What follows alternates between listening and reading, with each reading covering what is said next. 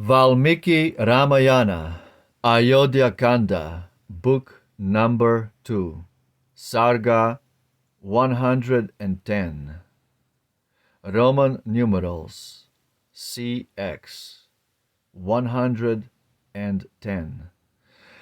The sons of IKSHVA'KU.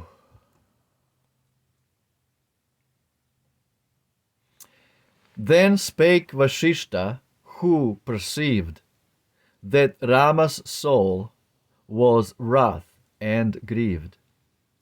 Well knows the sage Javali all the changes that the world befall, and but to lead thee to revoke thy purpose were the words he spoke. Lord of the world, now hear from me how first this world began to be. First water was, and not beside. There earth was formed that stretches wide. Then with the gods from out the same, the self-existent Brahma came. Then Brahman in a boar's disguise bade from the deep this earth arise. Then with his sons of tranquil soul he made the world and framed the whole. From subtlest ether Brahma rose. No end, no loss, no change he knows. A son had he Marichi styled, and Kashyap was Marichi's child. From him Vivasvata sprang from him, Manu, whose fame shall ne'er be dim. Manu, who life to mortals gave, begot IKSHVA'KU, good and brave. First of Ayodhya's kings was he, pride of her famous dynasty. From him the glorious Kukshi sprang, whose fame through all the regions rang. Rival of Kukshi's ancient fame, his heir the great Vikukshi came. His son was Vana, lord of might. His Anaranya strong in fight. No famine marred his blissful reign, no drought destroyed the kindly grain. Amid the sons of virtue chief, his happy realm ne'er held a thief. His son was Pritin, glorious name. From him the wise Trishanku came. Embodied to the skies he went, for love of truth preeminent.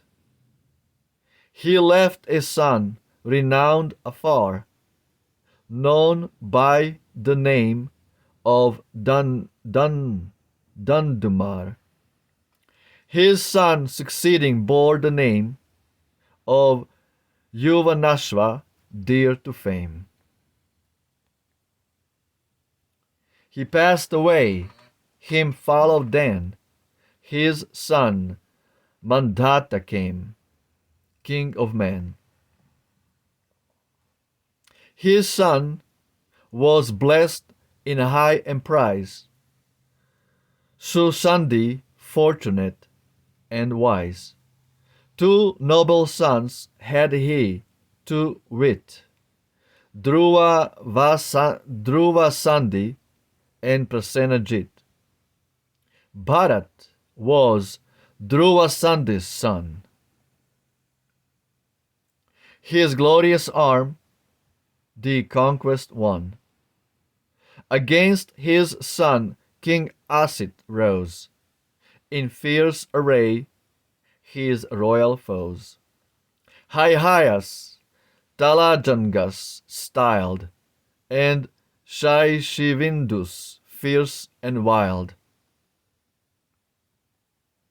Long time he strove, but forced to yield, fled from his kingdom and the field.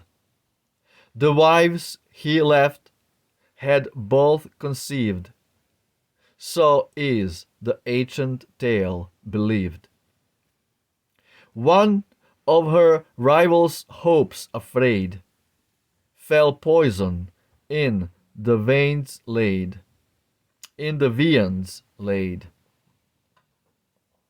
It chanced that Chyavan, Brigu's child, had wandered to the pathless wild, where proud Himalaya's lovely height detained him with a strange delight.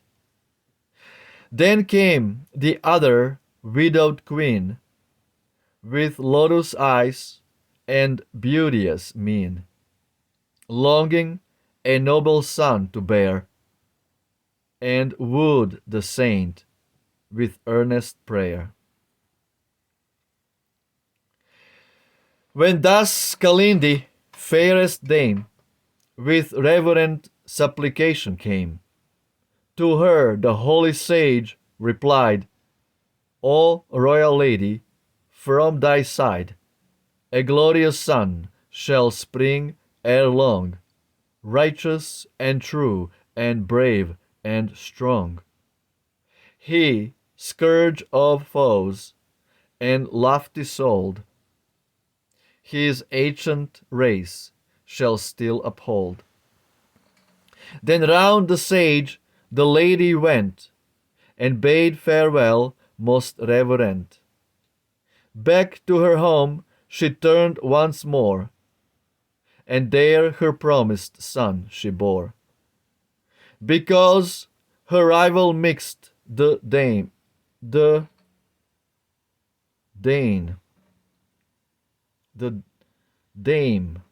to render her conception vain, and her unripened fruit destroy. Sagar she called her rescued boy. He, when he paid that solemn rite, filled living creatures with affright. Obedient to his high decree, his countless sons dug out the sea. Prince Asamanj was Sagar's child, but him with cruel sin defiled, and loaded with the people's hate, his father banished from the state.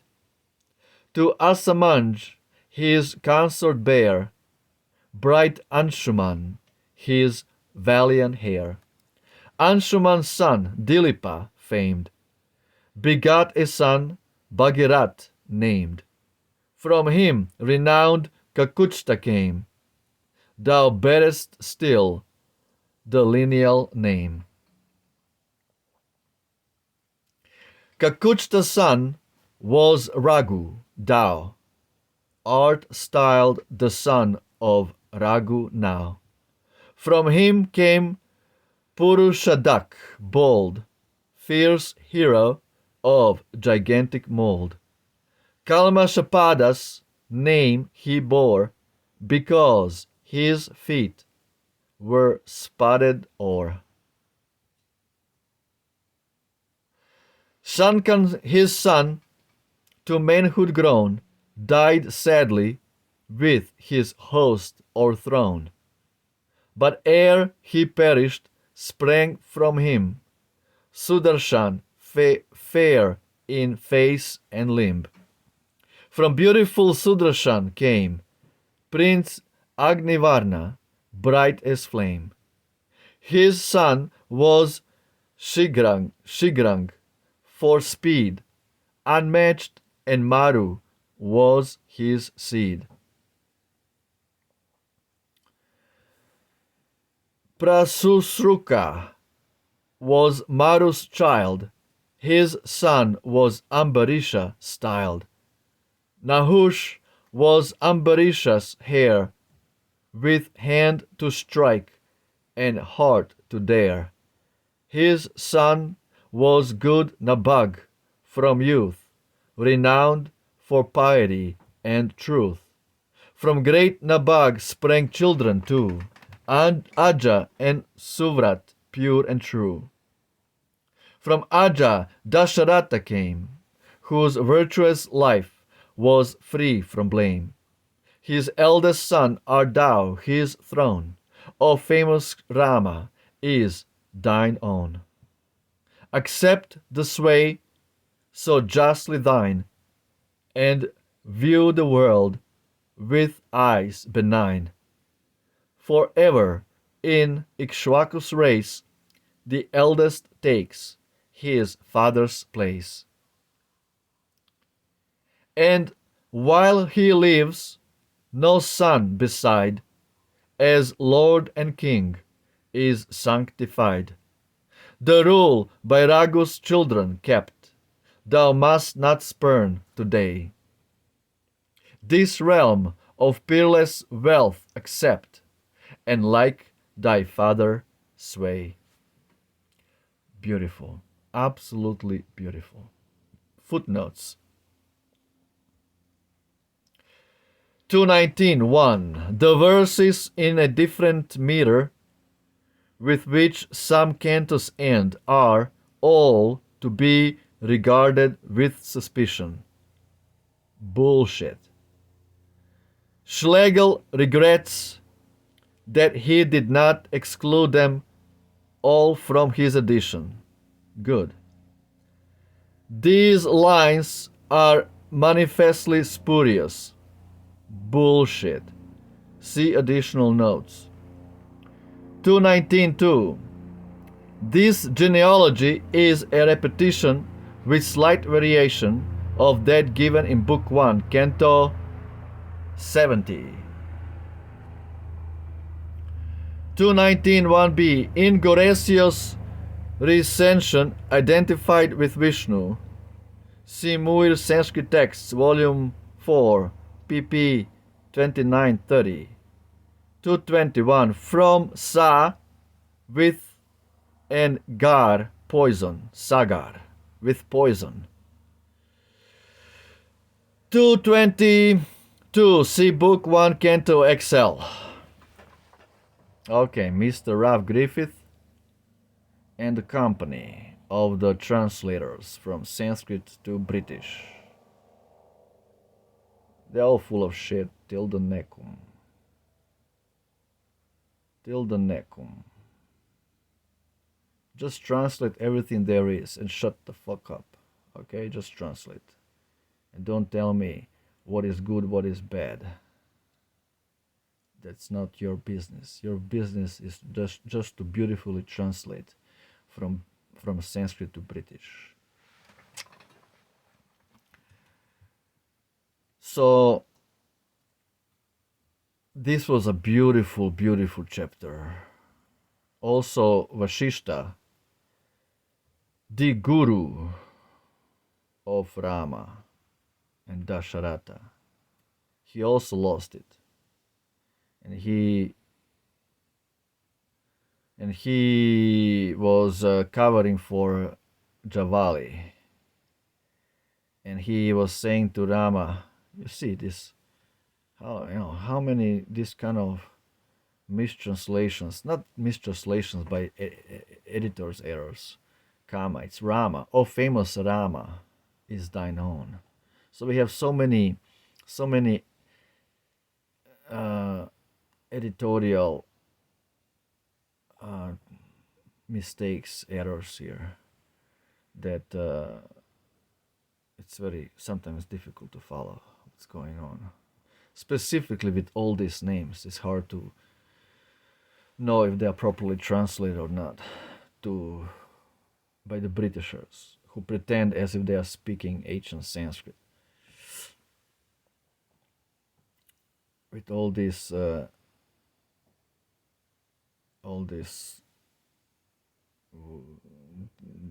kind of different letters. Anyway, so Vashishta, he was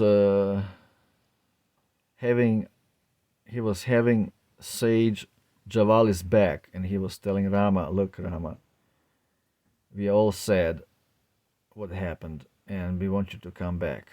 So that's why Javali acted the way he acted, because basically all the Ayodhyans tried. After nothing worked, they all tried Hail Mary. They just start saying stuff to persuade Rama to come back and be the king. And now Vashishta is trying to, you know, to talk by talking about the lineage, which he already did, a long time ago. Now he again starts with this lineage. It is all just to buy time, to just try to figure out some other words and some other ideas how to persuade Rama to stop being in the forest and go back to Ayodhya to rule. That's all it is. And it's nice and cute because it just shows how much everybody has devotion for Rama. They just want to be with him.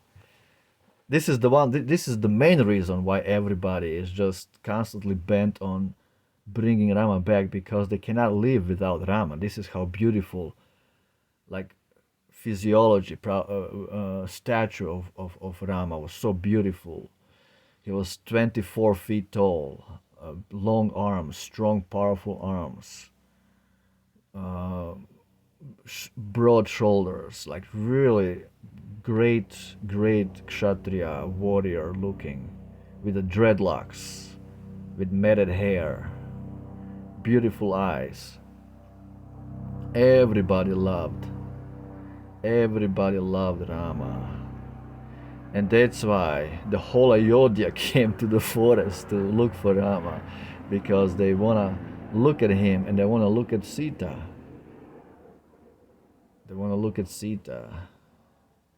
That's the purpose of Ramayana, to remember true God, who appears to perform his uncommon pastimes. And in this way people can get purified. Instead of watching all kinds of fools on television who eat cows, we could remember simply Rama, and in this way free ourselves from all this bad karma. So, Jai Shri Ramayana, Roma Victor, Jai Shri Ram, victory to Ram. Ciao.